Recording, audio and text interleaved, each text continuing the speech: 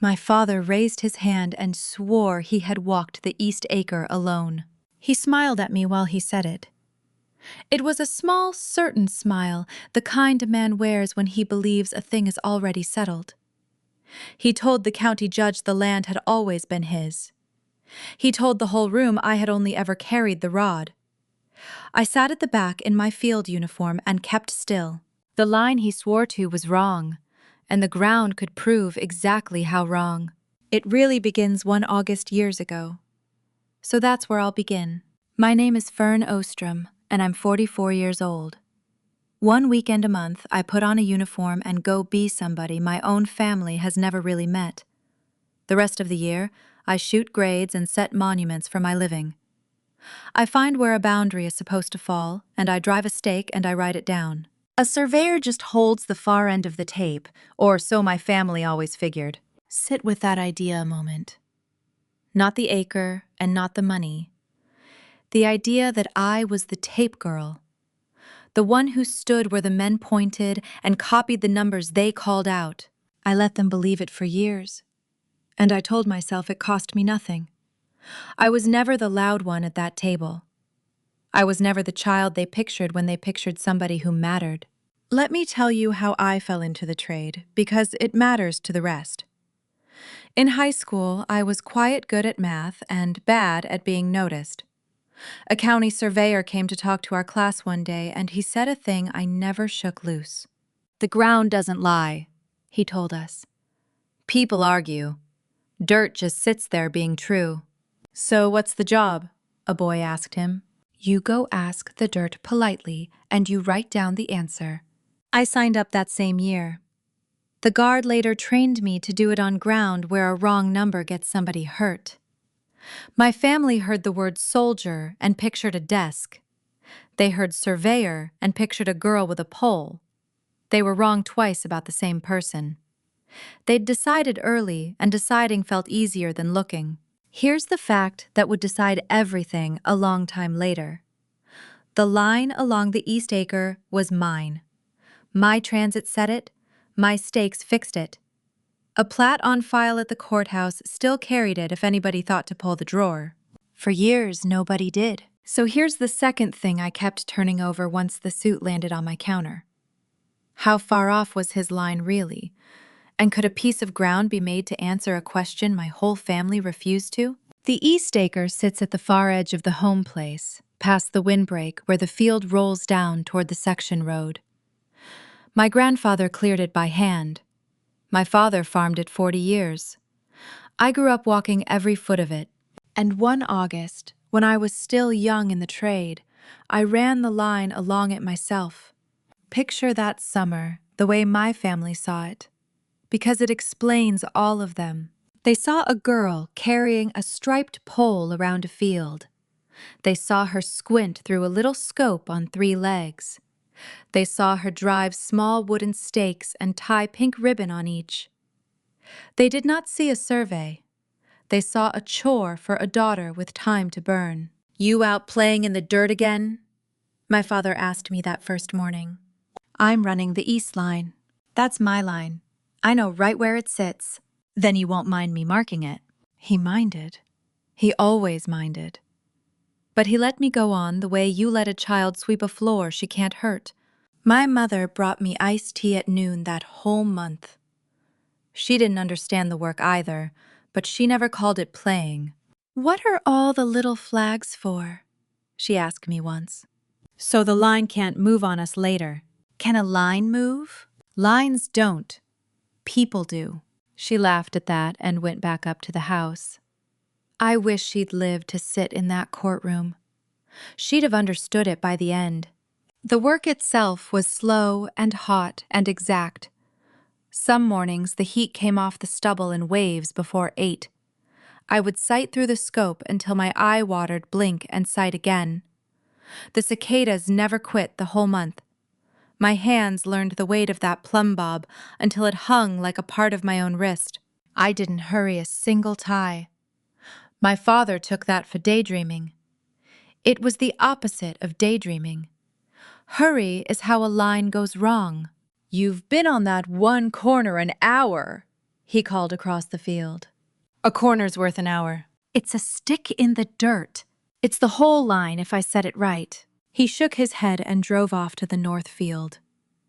I stayed on the corner until it was right. That's the entire trade if you want to know it. You stay until it's right and then you write down why. Across the section road there lived a neighbor named Alton Pryor. He was old, even then. He sat out on his porch that whole August and watched me work hour after hour. He didn't say much at first.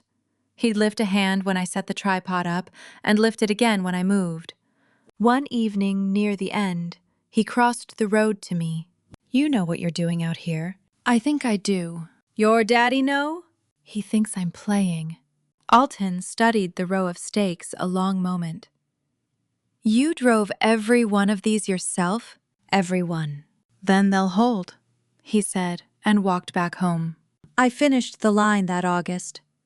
I tied it to the corner the government set, the one monument nobody on earth is allowed to move. I wrote every angle and distance in a green field book in a young woman's careful hand. I drew the plat, I filed a copy at the courthouse, and I set the field book in a footlocker. Then I went off to my life. The footlocker went to the back of a closet.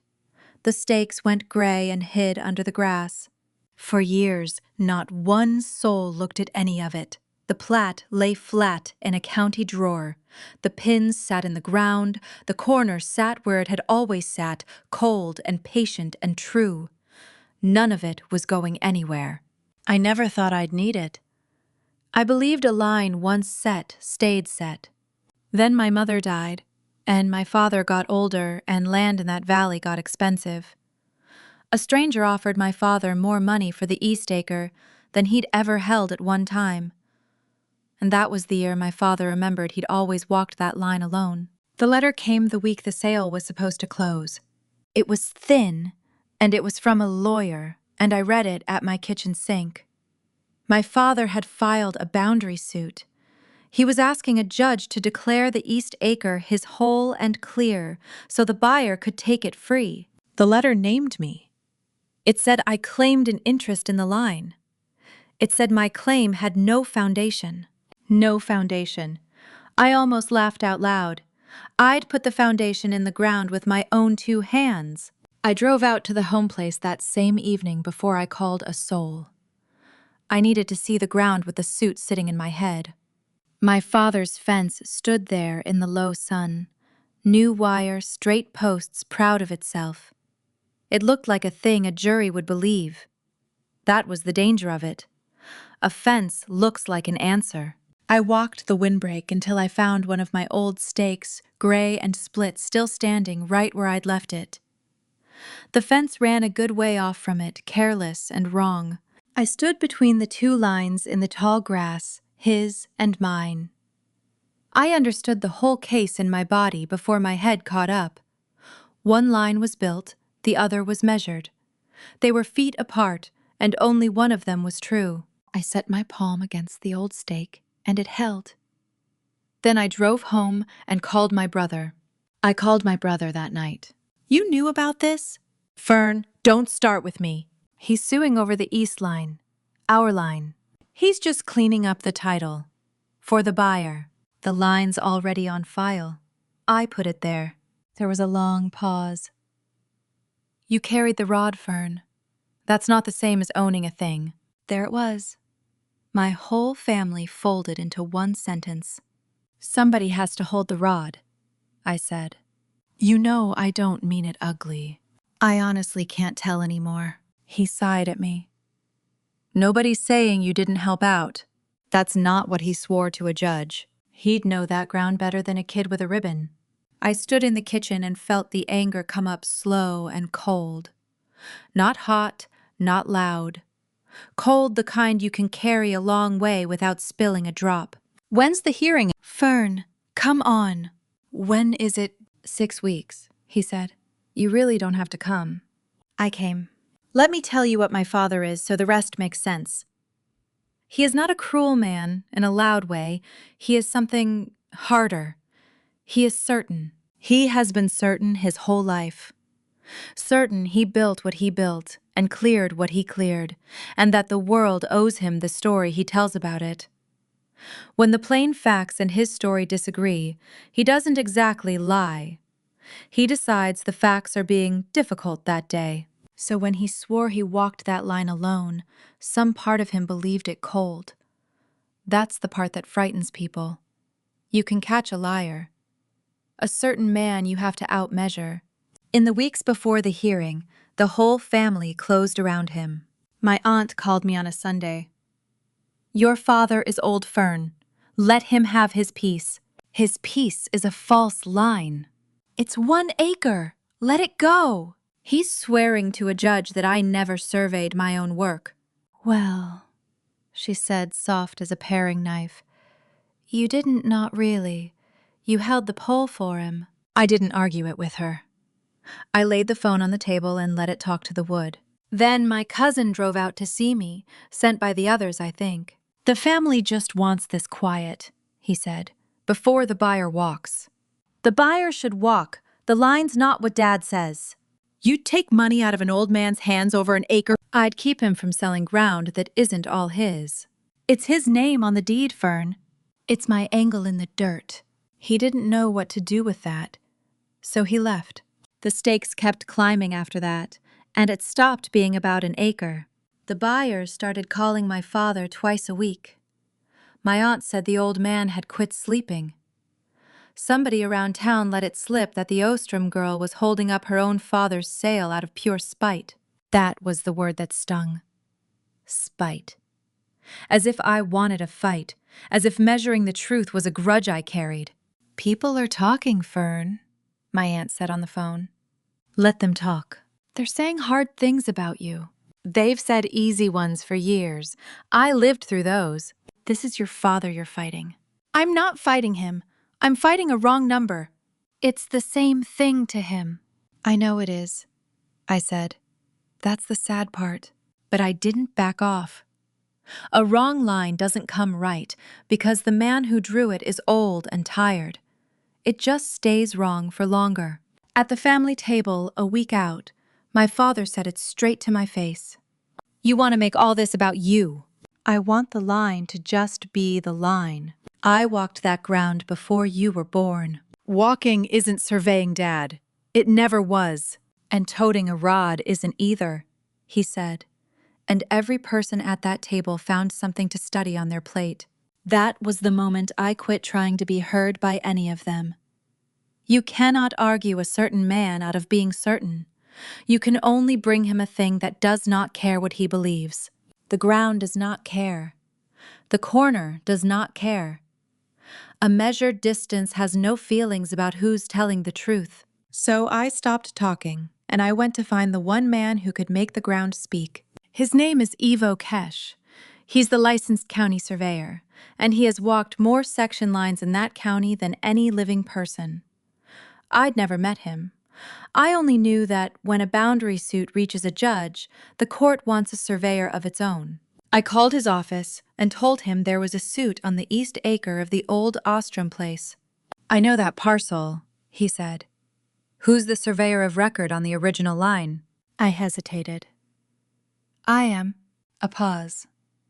"You ran the original yourself?" "Years back, when I was young." "Is the plat filed?" "It's filed, and I kept the field book." "You kept the field book." He said it slow, like a man handed something rare. "Ms. Ostrom, you know how few people keep the field book." "I keep everything," I said. "It's a fault of mine. In this work, it's the only virtue that matters." We met in the courthouse basement where the old Plats live in long, flat steel drawers. He pulled mine, laid it on the light table, and bent over it a good while without a word. "This is clean work," he said at last.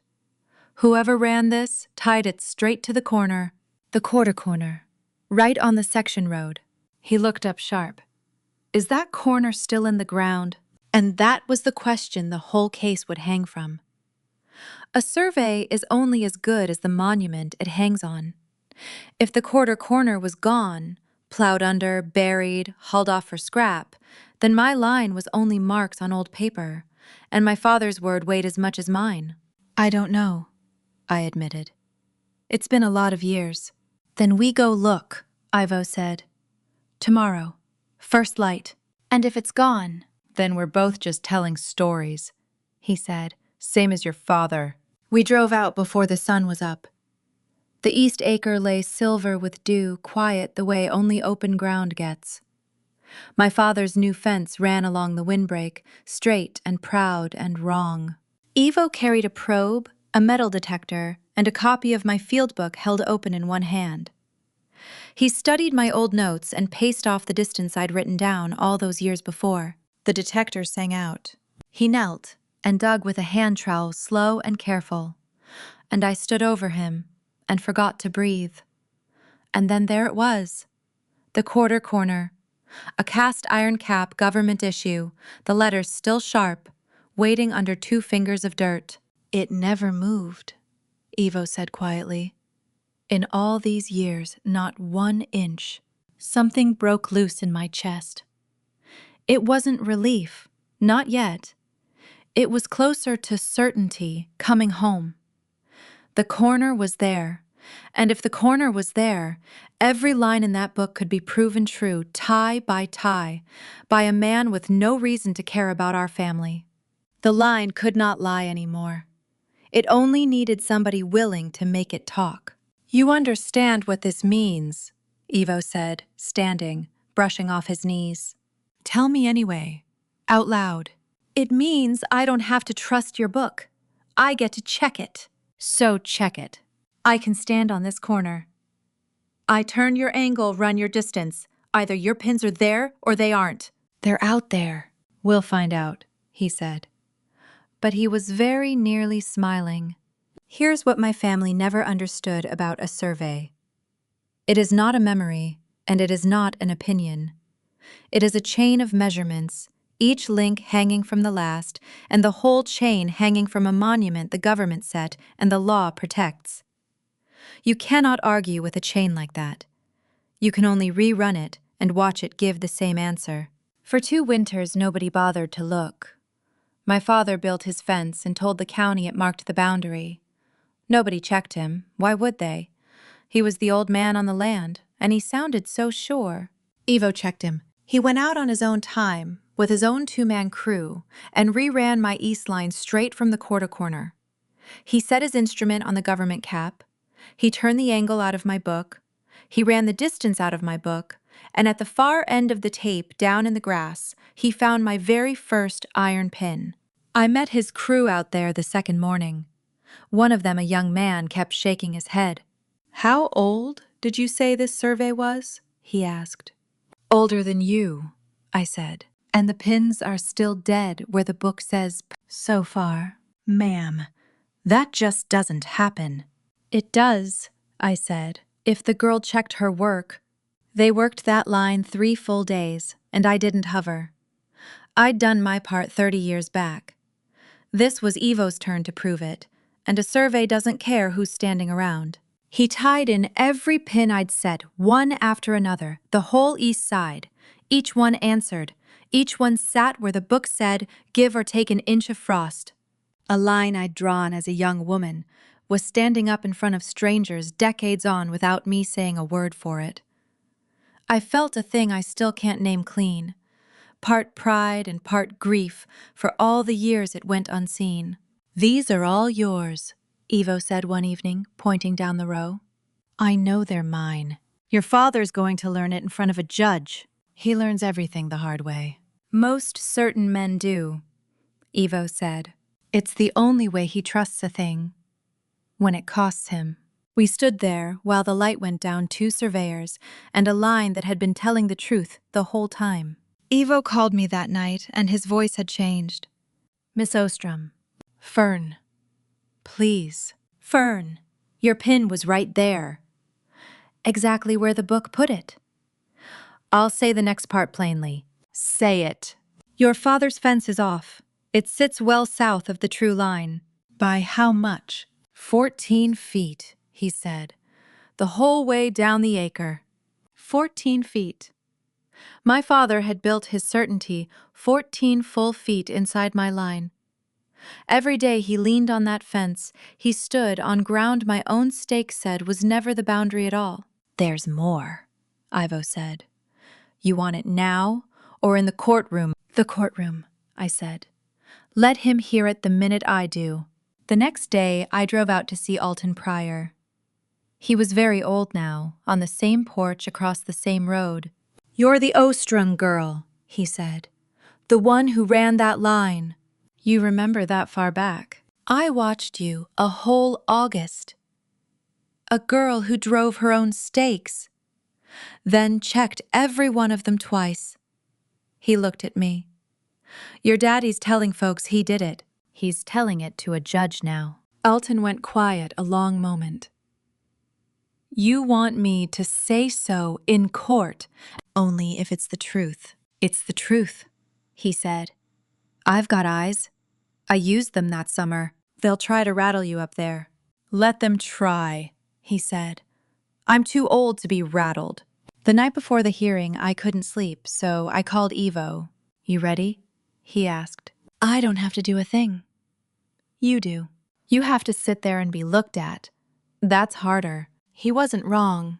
Sitting still while people decide who you are is its own kind of work. "What if one pin moved?" I asked. "What if the corner's a fluke?" Then I'd say so on the stand. But they didn't move. You know they didn't.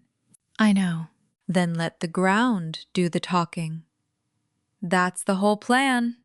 You stopped arguing weeks ago. Don't start again tomorrow." I hung up and lay in the dark and thought about that iron cap under 2 fingers of dirt cold and certain, waiting to be turned. It steadied me more than any words could. Some things don't need you to believe in them. They just need you to go measure. My father, meanwhile, told everyone the fence was gospel. He walked people along it in the evenings. "I set this line myself," he'd say. He'd said it so many times he'd stopped hearing it as a claim. He thought a fence you build turns into a boundary because the posts are yours. That was his one great sloppiness. He was so sure of his story that he never once went and checked the corner. Certain men don't check. That's exactly how you catch them.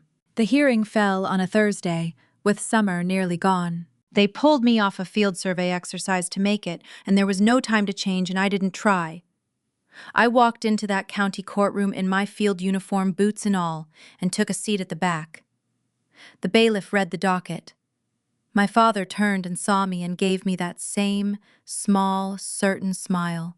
The gallery was full of family. They'd come for him in their good clothes, sure they were watching an old man defend his land from an ungrateful daughter. Nobody sat by me. I didn't mind it much. I'd sat alone at enough family tables to know the shape of the chair. I kept my hands folded on my knee and my back straight. The uniform does that for you even when the rest of you is shaking, especially then. The judge called it a boundary action. My father's lawyer stood and said the East Acre had always belonged to the father worked by him, walked by him, its line known to him, and no one else.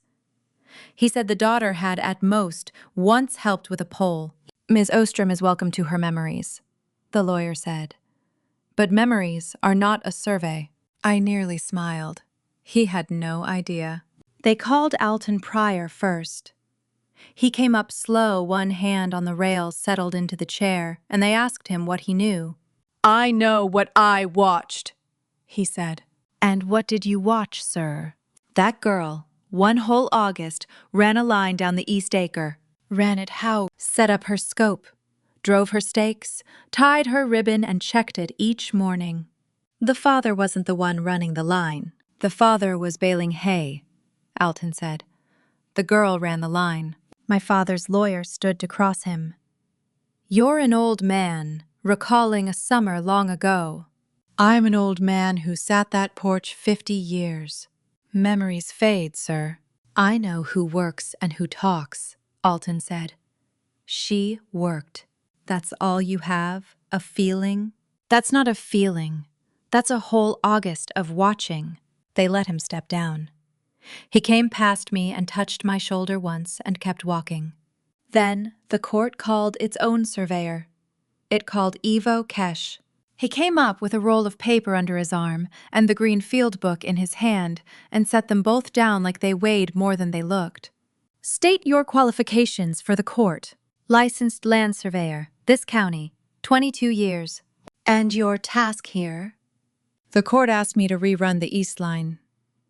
Off the record, to say whether it holds. And does it hold? Give me the board, Your Honor. I'll show the room. They rolled in a big white pad, and Ivo began to draw. He didn't argue with anyone. He didn't tell a single story. He built the line up in front of us all, tie by tie, the same way I'd built it in the grass. We start here, at the quarter corner. He drew a little square. Government monument, set by the first survey. And that matters why? Because it can't be moved, and it can't be argued with. You've seen this corner. I dug it up myself last week. It's still there. It never moved. He turned toward my father's side of the room.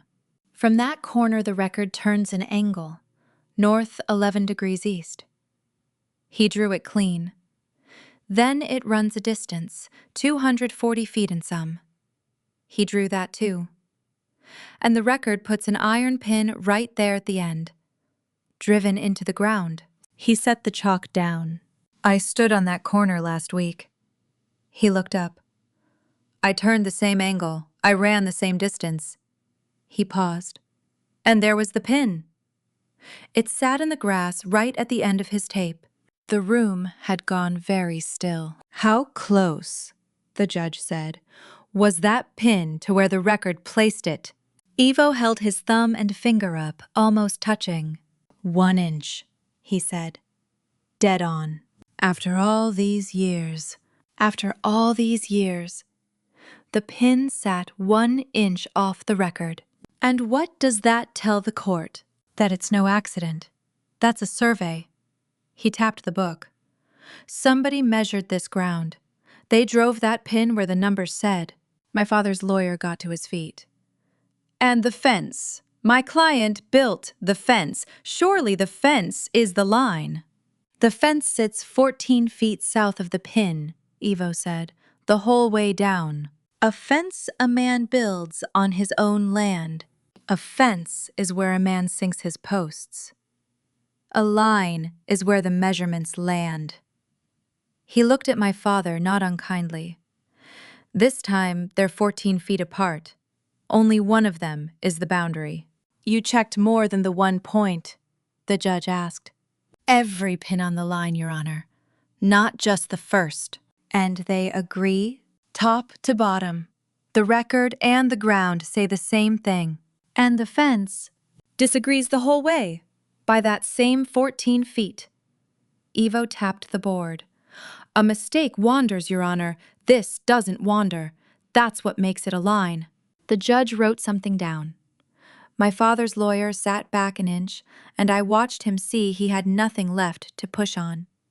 You can push on a memory. You can lean on an old neighbor a little. You cannot push on a government cap that has sat in the same dirt since before anyone in that room was born. The lawyer tried one more door. This survey is decades old. Surely it's stale by now. A monument doesn't age, counselor. Everything ages. The corner was set by the government. It's as good today as the day it went in. And the pins, I dug them up myself. They don't have an opinion. They sit where they were driven. He had no answer for that because there isn't one. Then the lawyer made his mistake.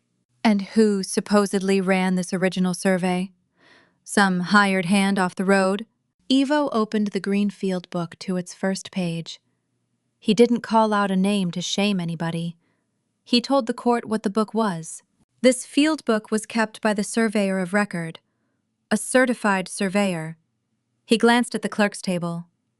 Also, I'm told, an Army geospatial engineer. The court has those credentials. You do, Your Honor. Chief Warrant Officer 2 Ostrom. He nodded toward the back. She's in your courtroom right now in the uniform.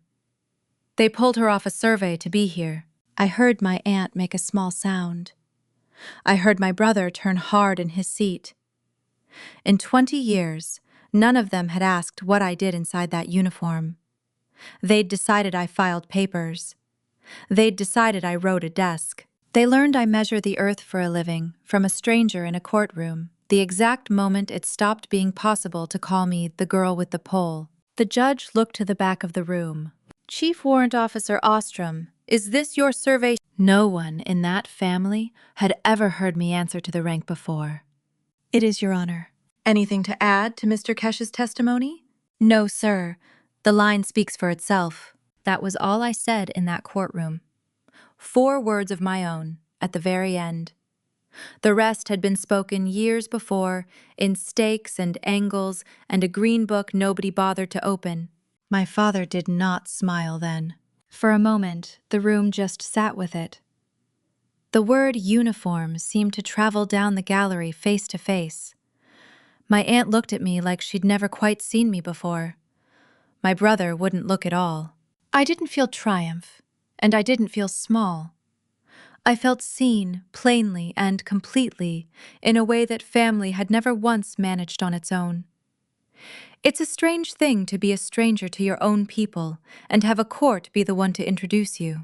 My father stared at the little square on the board, the one that stood for the corner.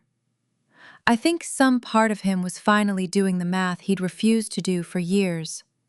14 feet. The distance between the story a man tells and the ground he stands on. The judge ruled from the bench, and it didn't take long.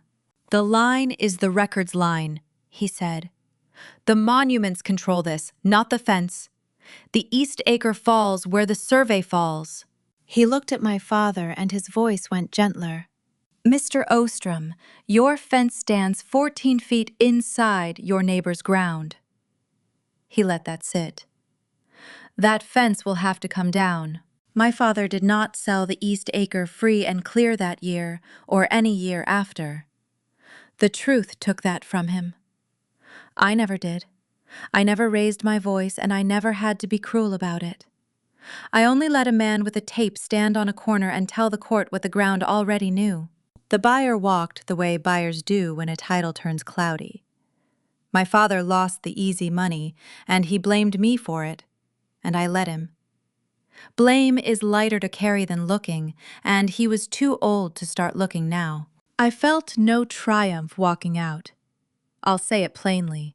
I felt tired and a little sad, and under all of it, steady. Steady like a stake driven true. My brother caught up with me on the courthouse steps. Fern, I didn't know. About the uniform. About any of it. I know you didn't. Why didn't you ever just say something? I thought about that. Because you'd already decided what I was. That's not fair. Maybe not. But I got tired of arguing with the ground under your own feet. He didn't have a thing to say to that. The fence came down that fall. My father didn't pull it himself. A crew did the work, and he watched from the porch, and no one made him say a word about it. I went to thank Alton Pryor before the first snow. He was on his porch, naturally. You told it straight, I said. It mattered. I only said what I saw. Most folks won't when it's a neighbor. A line's a line, he said. I'm too old to help a lie stand on one. We sat a while and didn't say much more. Across the road, the East Acre lay open and quiet. The true line running through it now, the way it always had, whether a single soul believed it or not. He passed that next spring. I'm glad I got to sit that porch with him once, on the right side of the truth. My father never called me. I didn't expect him to. A certain man doesn't apologize. He just goes quieter, and the certainty finds some smaller thing to land on. Late that afternoon, I drove back out to the East Acre alone. The courthouse was an hour behind me. I still had the field uniform on, and I hadn't changed, and I didn't want to. I walked out past the windbreak to where the true line falls and found my first pin in the grass. I stood over it. I took a brass plumb bob from my pocket, the same one I'd carried 30 years, and let it hang from my raised hand, dead still, its point resting 1 inch above the survey stake in the grass. Behind me, the section road ran empty all the way to the tree line. There was no one out there but me. I looked at where the line fell. I wasn't grieving. I was just thinking it through. Thinking about a young woman who drove those stakes and checked each one twice, and about all the years the family looked square at her work and called it playing in the dirt. The stakes had waited. That's the thing about honest work. It doesn't need you to stand up and defend it. It sits in the ground being true until somebody finally walks out and measures. For a long time, I believed being right would speak for itself. It doesn't. Being right and unseen is only a quieter way of being alone. But the ground keeps its own record, and it does not care who is certain. Sooner or later, someone stands on the corner and turns the angle, and the truth lands exactly where you drove it. If this one found you, pass it to somebody who still trusts a measured line over a loud certain voice. And I hope you'll come stand on the next corner with me.